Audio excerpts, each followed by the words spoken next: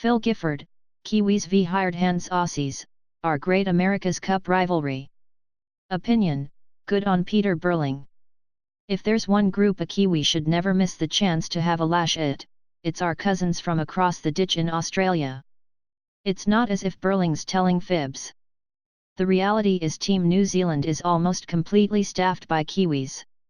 On the other hand, Jimmy Spittle, has there ever been a more perfect surname for a man who sprays his words the way Jimmy does, has a team of Australians who should thank their lucky stars they got signed up for the big bucks on Oracle before the Donald built a wall around the states.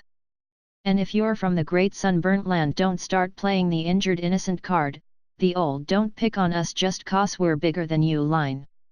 Come on, you Bruces and Barrels, you've been digging at us for years. We're used as the butt of jokes in Australia the way the rest of the world uses the Irish. 3 Kiwis always seen together in Bondi.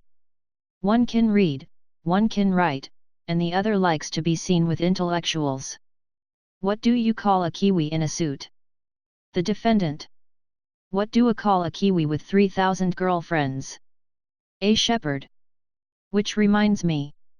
Back in the past, so long ago that the Wallabies sometimes beat the All Blacks, there was an official Australian rugby union ad, featuring Aussie fullback Matty Burke, that ran endlessly on Sydney television before a Bledisloe Cup test. Matty was beaming at the camera, with a brotherly arm over the rump of a fake sheep. The sheep's knees were knocking.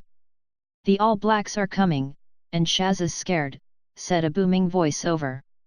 Then Burke said, "Don't worry Shazza, we'll look after you." You might also have hoped that in a country the size of America they might have found a handful of Yorkties good enough to take on Team New Zealand. Couldn't they have dragged Dennis Conner out of retirement? He'd seem to fill all the requirements to skipper Oracle. Terrific sailor, never saw a dollar he didn't like, and never stopped needling New Zealand. Remember his greatest hits? At press conferences? How Kiwis were cheats and losers who sailed a dog while Dennis sailed a cat. In the meantime, I guess we'll just have to do with Jimmy and his handsomely rewarded Aussie hired hands. I bet he and Larry Ellison are glad there's no rule that to sail in an American boat you have to know the words to the Star-Spangled Banner. Tale of the tape. Peter Burling, 26, Emirates Team NZ helmsman. Asterisk lists his home address at parents Heather and Richard's property in Tornga's Welcome Bay. Asterisk a yachting prodigy, Burling was the best under-16 sailor in New Zealand at the age of 11, and attended his first Olympics in Beijing at age 17.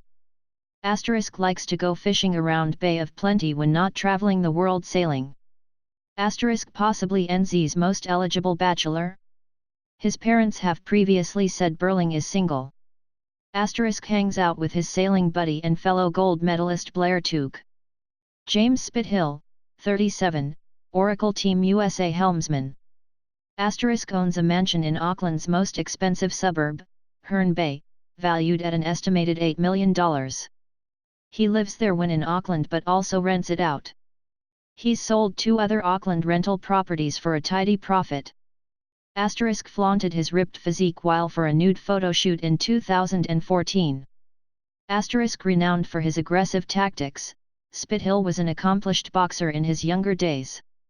Asterisk hangs out with celebrities like U.S. late-night show host Stephen Colbert, welcomed into the changing room of the San Francisco Giants baseball team when attending games, sits courtside at L.A. Lakers games.